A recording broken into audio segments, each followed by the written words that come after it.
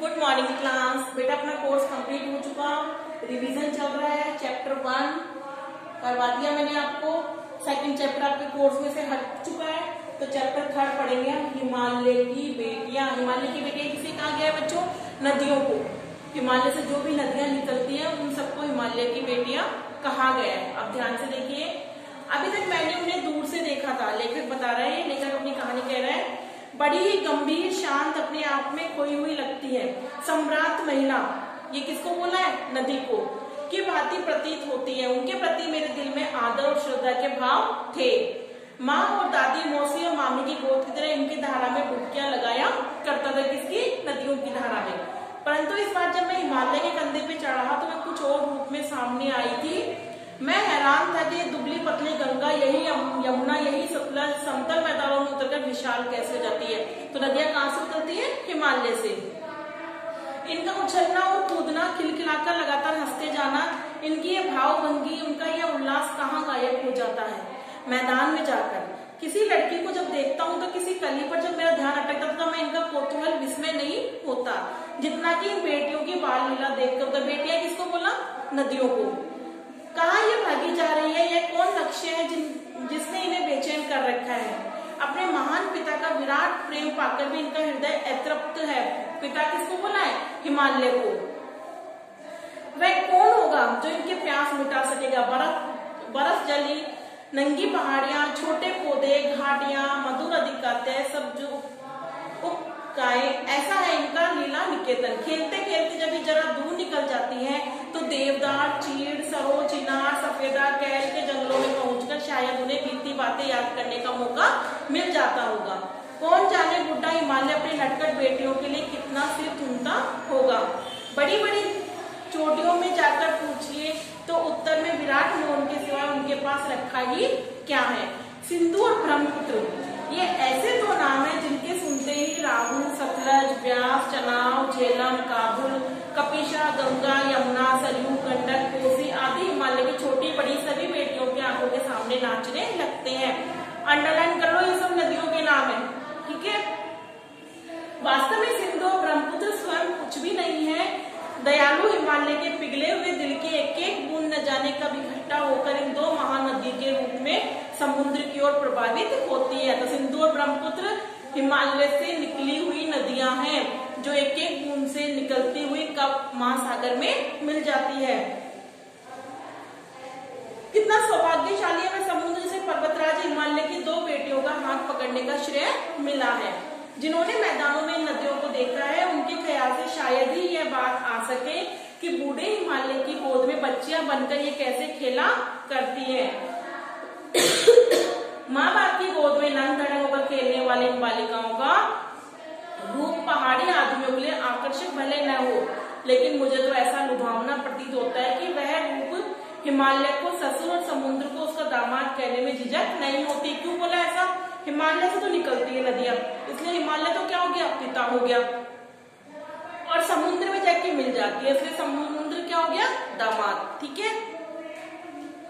कालिदास के विरही यक्ष ने अपने मेघदूत से कहा था कि नदी की प्रेम का प्रतिदान दे जाना, तुम्हारी यह प्रेयसी। अब ये प्रेयसी भी किसको बोला है? नदियों को। तुम्हें पाकर अवश्य ही प्रसन्न होगी। यह बात इन चंचल नदियों को देखकर मुझे अचानक याद आ गई और सोचा कि शायद उस महाकवि को भी नदियों का सचेतक रूपक पसंद था। दरअसल जो भी कोई नदियों को पहाड़ी, घाटी और समतल आगरों के मैदानों में जुदा जुदा शक्लों में देखेगा वह इसी नतीजे पर पहुंचेगा। काका कालेकर ने नदियों को लोक माता कहा है, किंतु माता बनने से पहले यदि हम इन्हें बेटियों के रूप में देखें तो क्या हर्ज है। तो लेखक ने सब लोग नदियों को माता कहते हैं, लेकिन लेखक ने इनको बेटी बोला, प्रेयसी बोला, सम्राट महिला बोला। और थोड़ा आगे चलिए, इन्हीं में से अगर हम प्रेयसी की भावना, प्रेमिका, प्रेयसी का मतलब होता है प्रेमिका, भावना करें तो कैसा रहेगा। ममता का एक और भी धागा है जिसमें हम इनके साथ जोड़ सकते हैं बहन। उन्होंने नदियों को बहन भी बोला है। बहन के स्थान कितने कवियों ने इन नदियों को दिया है। एक दिन मेरी भी ऐसी भावना हुई थी, जो तिब्बत की बात है। मन उचट गया था, तबीयत ढीली थी, सतलज के किनारे बैठ गया। दोपहर का समय था, पैर लटकाकर पानी में थोड़ी देर में उस प्रगतिशील जल ने असर डाला, तन और मन ताजा हो गया और मैं गुनगुनाने लगा, जय हो सतलज बहन तुम्हारी, लीला अचरज बहन तुम्हारी, हुआ मुझे तुमन हटा कुमारी, जाऊं मैं तुम पर बलिहारी, तुम बेटी ये बाप हिमालय, चिंतित पर चुपचाप हिमालय, प्रकृति नदी के चित्रित पट पर अनुपम अद्भुत छाप हिमालय, जय हो सतलज बहन तुम्हारी। आप ही देखते हो बच्चों, जब हम बहुत थके हो तो पानी में जब पैर रख के बैठे तो हमें थकान उतर जाती है ना। नदी का पानी हमारी प्यास भी बुझाता है, सिंचाई के लिए भी काम आता है। तो नदियों को माता के साथ साथ ही बहन, प्रेयसी ये सब नाम दिए गए हैं। कैसे पाठ समझ में आ गया? अब देखो, नदियों को माँ मानने की परंपरा हमारे यहाँ काफी पुरानी है, लेकिन लेखक नागार्जुन ने उन्हें और किन रूपों में देखते हैं? तो लेखक नागार्जुन उन्हें सम्राट, महिला, बहन, बेटी और प्रेयसी के रूप में देखते हैं। सम्राट, महिला, बहन, बेटी और प्रेयसी के रूप में देखते हैं। सिंधु और ब्रह्मपुत्र की क्या विशेषता बताइए? सिंधु और ब्रह्मपुत्र हिमालय से निकलने वाली दो नदियां हैं जो धीरे धीरे ये बहुत बड़ा रूप धारण कर लेती है और अंत में समुद्र से मिल जाती है।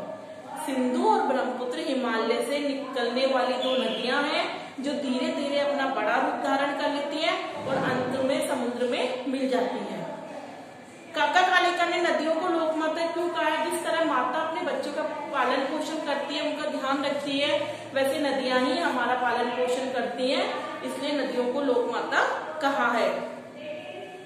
हिमालय की यात्रा में लेखक ने किन किन की प्रशंसा की है? घाटियों की, मैदानों की, चोटियों की, पहाड़ियों की, इन सब की। ठीक है, इसमें एक क्वेश्चन है बेटा, लेख के आगे फर्स्ट सेकंड तो कोई मतलब का नहीं है, थर्ड है, यह लेख 1947 में लिखा गया था, तब से हिमालय में निकलने वाली नदियों में क्या बदलाव आया? तो आज जो नदियां निकल रही हैं वो प्रदूषित हो रही है, क्योंकि जनसंख्या बढ़ने के साथ साथ नदियों में नदियों का प्रदूषण बढ़ता जा रहा है, सारा कचरा उसमें डाला जाता है, इसलिए नदियां प्रदूषित हो गई हैं। और फोर्थ है, अपने संस्कृत शिक्षक से पूछे कालिदास ने हिमालय को देवात्मा क्यों कहा? हिमालय को देवात्मा इसलिए कहा क्योंकि ऐसा माना जाता है कि हिमालय पर देवताओं का वास है, हिमालय पर देवताओं का वास है और बड़े बड़े ऋषि मुनि हिमालय पर ही तपस्या करते हैं, इसलिए हिमालय को देवात्मा कहा गया है। आगे समझ में, तो चैप्टर के क्वेश्चन आंसर आपको करने हैं। Thank you.